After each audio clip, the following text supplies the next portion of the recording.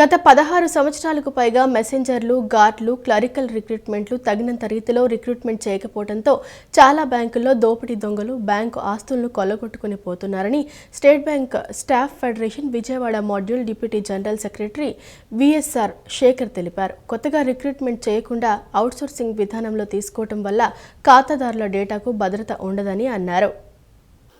All India State bank of India staff federation పిలుపు మేరకు ఈ నెల 25-26 తేదీలో నిర్వహించనున్న బ్యాంక్ స్ట్రైకులో భాగంగా state bank of India staff union Amaravati circle Vijayawada module ఆధ్వర్యంలో విజయవాడ ఆటోనగర్ బస్ టెర్మినల్ సమీపంలోని స్టేట్ బ్యాంక్ ఆఫ్ ఇండియా వద్ద నిరసన కార్యక్రమాన్ని నిర్వహించారు. తమ డిమాండ్లు పరిష్కరించాలని కోరుతూ ప్లకార్డులను ప్రదర్శించారు. ఈ సందర్భంగా all India State Bank staff federation Vijayawada module deputy general secretary VSR Sekhar మాట్లాడుతూ ఈ నెల 25-26 తేదీల్లో ఆల్ ఇండియా స్టేట్ బ్యాంక్లో క్లరికల్ స్టాఫ్ మాత్రమే సమ్మె చేయడానికి నిర్ణయించుకొని ఈ నిరసన కార్యక్రమం చేసినట్లు చెప్పారు. గత నెల 4వ తేదీ నుంచి ఈ నెల 25వ తేదీ వరకు అంచెలంచెలుగా నిరసనలు చేస్తున్నామని తెలిపారు.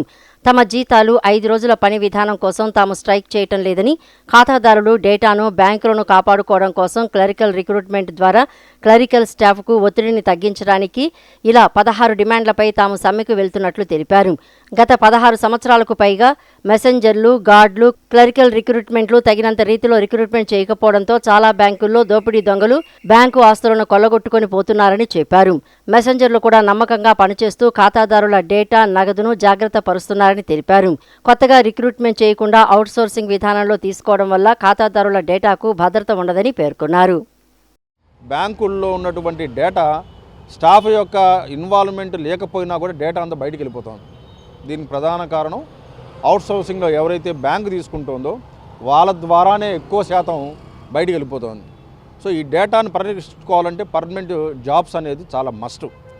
పర్మనెంట్ జాబ్స్ని అవుట్సోర్సింగ్ చేయడానికి మేము పూర్తిగా వ్యతిరేకిస్తున్నాం. ఇదేంటంటే బ్యాంక్ అనేది పబ్లిక్ యొక్క డబ్బులతో సంరక్షిస్తూ ముందుకెళ్ళేటువంటి వ్యవస్థ. ఈ వ్యవస్థ బాగుండటంతోనే మీరు ప్రపంచం మొత్తం మీద ఈ ఆర్థిక సంబంధించిన వాతావరణం కింద పడిపోయినా కూడా భారతదేశంలో మాత్రమే ఈ బ్యాంకింగ్ ఇండస్ట్రీ అనేది నిలదొక్కుంది.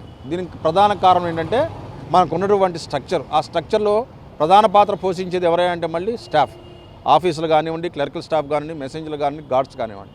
సో ఇలాంటి వ్యవస్థ ఉన్నటువంటి మన భారతదేశంలో అవుట్సోర్సింగ్ చేయడం ద్వారా ఏంటంటే ప్రమాదంలో పడుతుంది. ఖాతాదారుల యొక్క డేటా అంతా బయటికి లీక్ అయిపోయి చాలా మిస్లీడ్ అవుతుంది. సో దాని మీద కూడా మేము చేస్తున్నాం. అలానే బ్యాంక్ యొక్క ఎంప్లాయీస్ నుంచి కూడా బోర్డ్ ఆఫ్ డైరెక్టర్, స్టేట్ బ్యాంక్లో ఉన్నటువంటి బోర్డ్ ఆఫ్ డైరెక్టర్ కూడా పర్మనెంట్ డైరెక్టర్ కావాలని ఒకటి. అలానే మాకు పెన్షన్ ఫండ్ ఏదైతే ఉందో ఒక దాంట్లో ఇన్వెస్ట్మెంట్ చేస్తూ దాన్ని మార్చుకునే అవకాశం కూడా కల్పించకుండా మిగతా ఆర్గనైజేషన్లో పెన్షన్ ఫండ్ని మార్చుకునే అవకాశం కల్పించారు, కానీ స్టేట్ బ్యాంక్లో మాత్రం కల్పించట్లేదు.